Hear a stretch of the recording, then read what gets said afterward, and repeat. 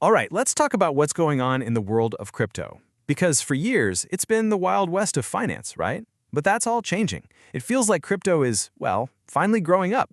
The big corporations are jumping in, and believe me, they are using a brand new playbook.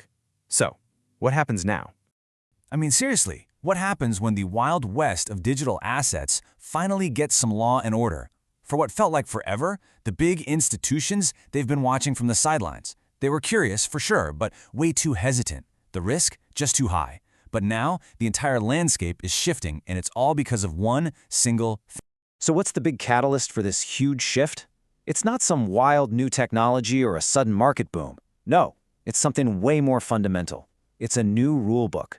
For the very first time, we have a clear set of laws that's turning all that crypto chaos into a predictable and, dare I say, safe space for some really serious money. And this is it, the Genius Act of 2025. You know that analogy of a highway? It's pretty much perfect. Before this act, the crypto highway had no speed limits, no lanes, and definitely no guardrails. It was a total free-for-all. But now, with these rules in place, the big trucks, and I'm talking about major financial institutions, they can finally get on the road and start moving some serious capital. So what do these rules actually do? Well, they create something that's been missing from crypto for years: stability. First off, every digital dollar now has to be backed by a real dollar, one-to-one, no more funny business. Second, federal oversight means the shady operators are out. And third, by clearly defining what stablecoins are not, the law just erases this massive confusing gray area. The bottom line? It creates a predictable, stable environment where the big players can finally operate with confidence.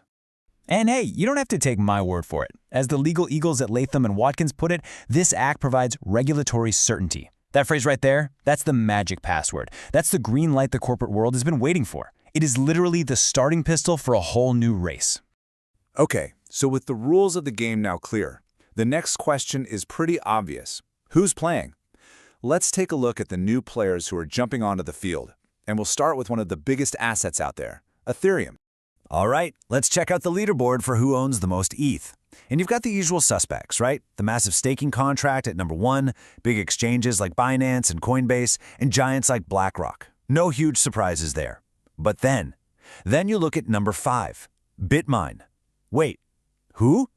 They've quietly stacked up over $11 billion worth of ETH. That puts them right in the big leagues. So who in the world are they? And to really put that into perspective, I mean, yeah, the main staking contract is obviously in a league of its own, but look at BitMine's slice of the pie. It's right up there with the biggest household names in all of crypto. They become a major force, and it feels like it happened almost overnight. So how on earth did they do it? Let's zoom in on our new crypto whale. See, BitMine isn't just another company dabbling in digital assets. They represent a completely new breed of corporation, one that's making crypto the absolute core of its entire strategy. Just let that number sink in for a second. Over $11.5 billion. This isn't some small speculative bet on the side. This is a massive, all-in kind of move. And it signals a fundamental shift in how corporations are starting to think about where they put their money. And you know, holding this massive was no accident.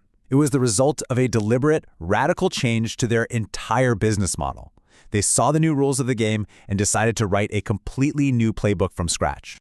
This slide right here tells the whole story. BitMine used to be in the business of creating crypto. You can think of them as digital gold miners, running the picks and shovels of the industry.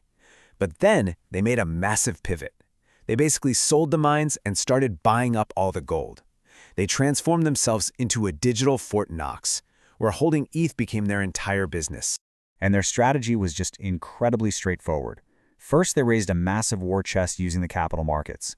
Second, they took all that money and just aggressively started buying ETH. And third, they set this incredibly bold goal to become the world's largest corporate holder of ETH. It was a clear, bold, and methodical plan. So why does this one company's story matter so much? Because BitMine isn't an outlier. They're a template. Their success is a proof of concept, and it's showing every other corporation out there exactly how to make digital assets a core part of their financial strategy in this new, regulated world. This timeline just brings it all together, doesn't it? Before 2025, total uncertainty. The big companies, they all stayed away. Then, the Genius Act hits, and it provides the exact clarity they were all waiting for. And what happens next? You see the playbook in action. Companies like BitMine are pioneering ETH as a primary treasury asset. It is a direct cause and effect story. Which brings us to the big looming question. BitMine is one of the first to make this kind of move, but they definitely won't be the last. So, who's next? As corporations start building out their digital treasuries, which giants will be the next ones to enter this new arena? Now that is the billion-dollar question we'll all be watching. Thanks for joining me.